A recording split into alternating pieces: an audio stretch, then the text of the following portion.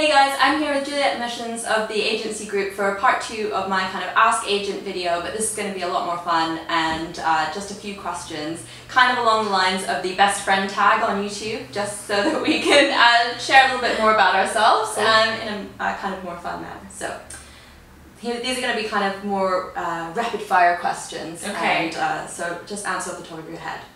So how and when did we meet? We first met when we were at HarperCollins. Yeah. So I was an assistant at HarperCollins in marketing when Amy started. Yeah, as an assistant on the editorial team of Voyager. Yeah, and we crossed over for like a couple of weeks, yeah. Something like that. And then I joined an agency as an assistant, and then months later, actually ages later, years later, actually, Amy submitted her novel to my then boss. Yeah. And I was promoted to agent in the interim. And I kind of took the manuscript because I loved it, and then I signed Amy. Yeah, it was actually really weird because I submitted to Juliet's boss, but I've kind of mentioned this a couple of times, but it was probably the worst query letter of all time. So everyone who watched the previous video about how to submit to an agent, I am kind of the perfect example of how not to submit an agent, but it still worked for me. I will actually put my query letter on my blog so you can have a look at it and just see how bad it is. It was just very apologetic. It was very apologetic. Juliet's boss at the time didn't really represent anything that was like me, but I had submitted to her.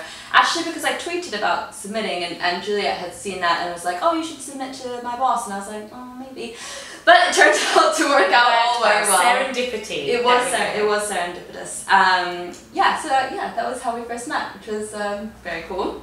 It is a small world, the publishing world. Yeah, definitely, definitely.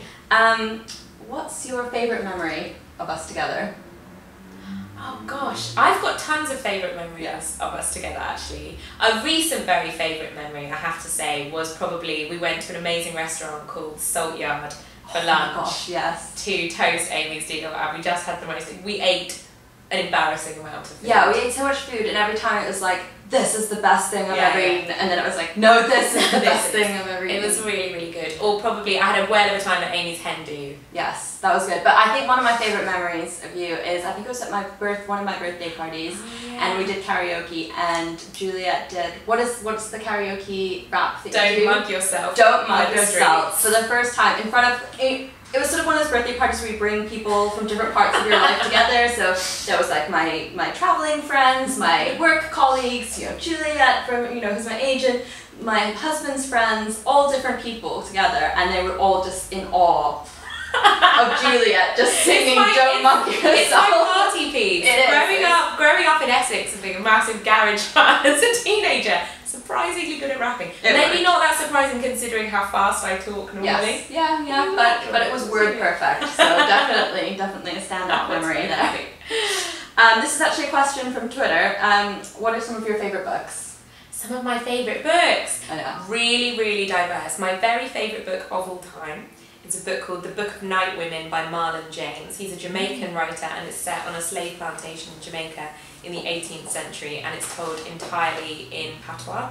Oh wow. It's incredible, because it sounds like that would be really annoying, but you don't. After a few pages, that fades into the background and you just get this raw lyricism and anger, and one of the best stories I've ever read. Amazing. It's absolutely brilliant. And apart from that, I love so many books. I love Robin Hobb, the Live Ship Traders is my favourite trilogy. I love The Hunger Games, I Capture the Castle, Vanity Fair.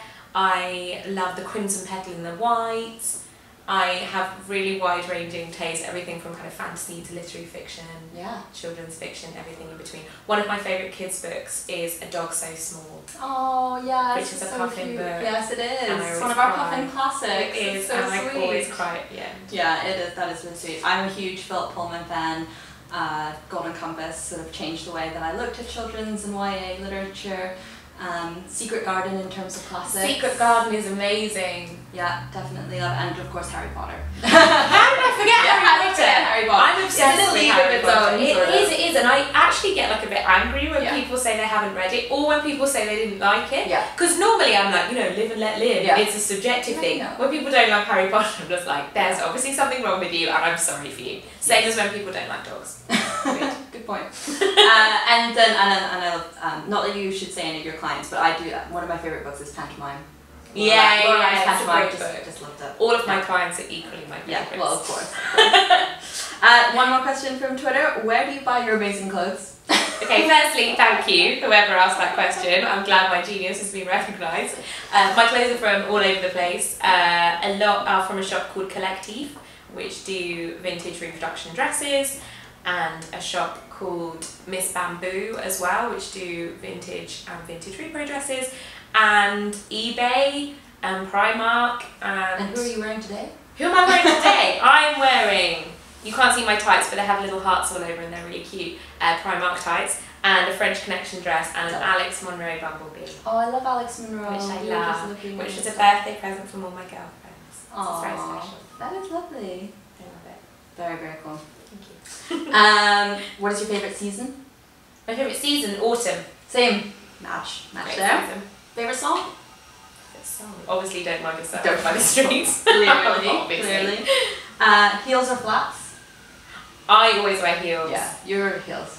There was also a pants or trousers or dresses one, and I was like, well, that's kind of that's a really pointless question. That's really I think pointless we all question. know. Yeah, no heels. Although I'm going to Disney World with all my family in Orlando over Christmas, and my parents have just been like, "What are you gonna wear?" Yeah. So I bought jeans. First pair of jeans I've bought in like 4 years.